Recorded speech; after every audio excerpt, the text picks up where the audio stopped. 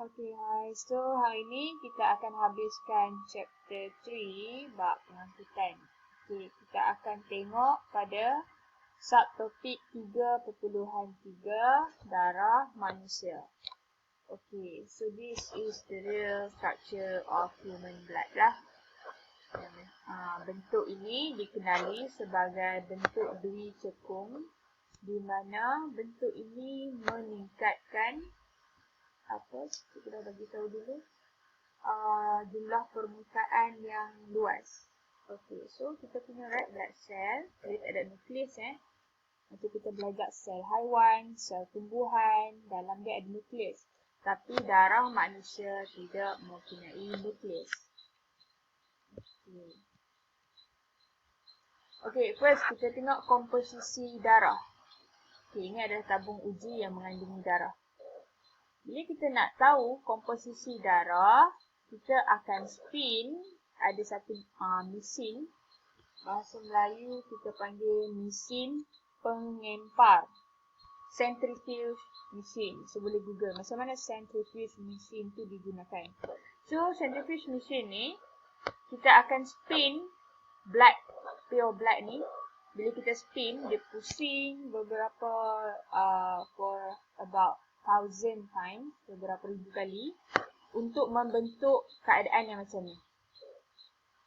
So, ini menunjukkan bahawa darah kita mempunyai plasma dan juga sel darah. Okey. So, dalam kandungan darah kita ada sekitar 55% plasma dan juga 45% darah.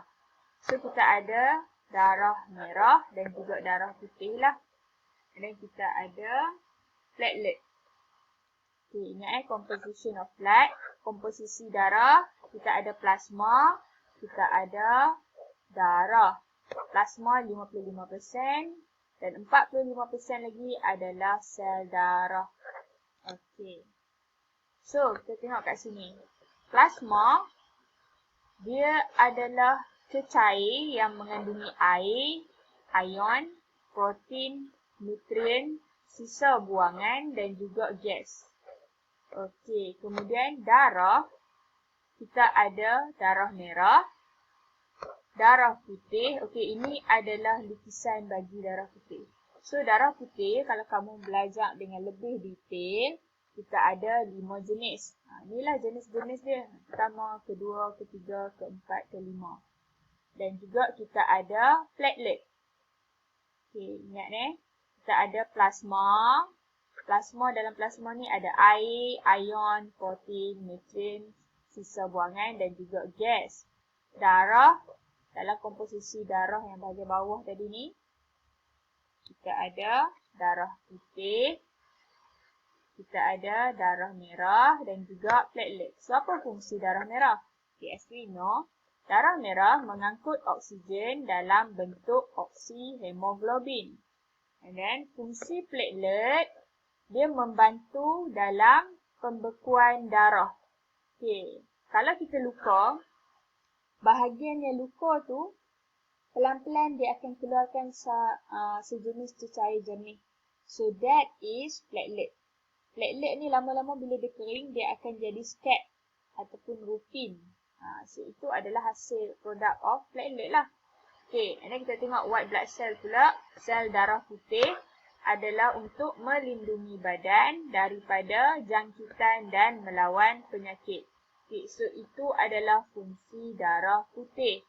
Dia melindungi badan daripada jangkitan dan melawan penyakit. Dia tak bawa oksigen Bawa oksigen hanya sel darah merah. Okey, kemudian kita tengok. Kumpulan darah, kita ada 4. Kita ada kumpulan darah A, kumpulan darah B, and then kumpulan darah AB dan juga kumpulan darah O. Okey, so kita ada 4 jenis darah tu lah. Iaitu darah A, B, AB dan juga O. Ini adalah 4 jenis komponen darah yang ada pada manusia. Okey, so kita tengok kumpulan darah dan kesesuaian dia. Okey, so kita ada penderma darah jenis A. So, penderma darah jenis A ini, dia hanya boleh menderma kepada pesakit darah A. Of course lah, dia darah A. Dia boleh derma kepada pesakit darah A dan juga kepada pesakit darah AB. Dua ini sahaja. Penderma darah A boleh menderma kepada pesakit darah A dan juga pesakit darah jenis AB. Okey, next kita tengok. Kita ada donor penderma darah B.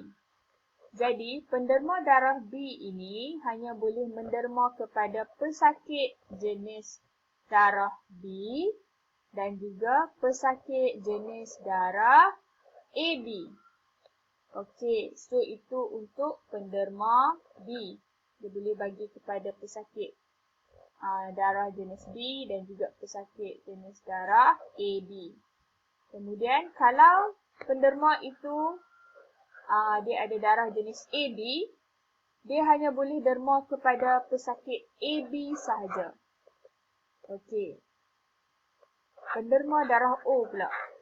Okey, Malaysian, rakyat Malaysia, kebanyakannya adalah darah jenis O lah kita. Okey. So,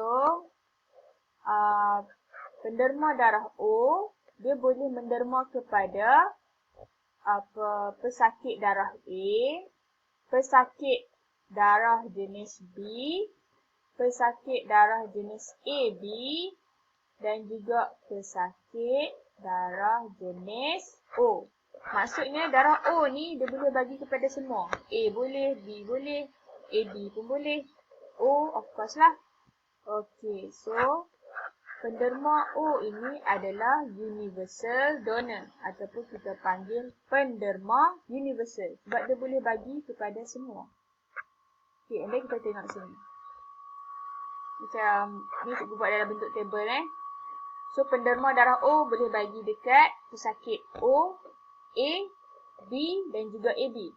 Kalau penderma darah A boleh bagi kepada pesakit A dan juga AB. Kalau penderma darah B boleh beri darah kepada pesakit B dan juga AB. Okey, dan kalau penderma darah AB, dia hanya boleh bagi darah dia dekat AB sahaja. Kita tengok sini. O ini adalah penderma universal. Manakala AB, dia adalah penerima universal. Dia boleh terima daripada semua jenis kumpulan darah untuk masuk dalam badan dia. Okey. Dan kita tengok sikit tentang pengangkutan dalam tumbuhan.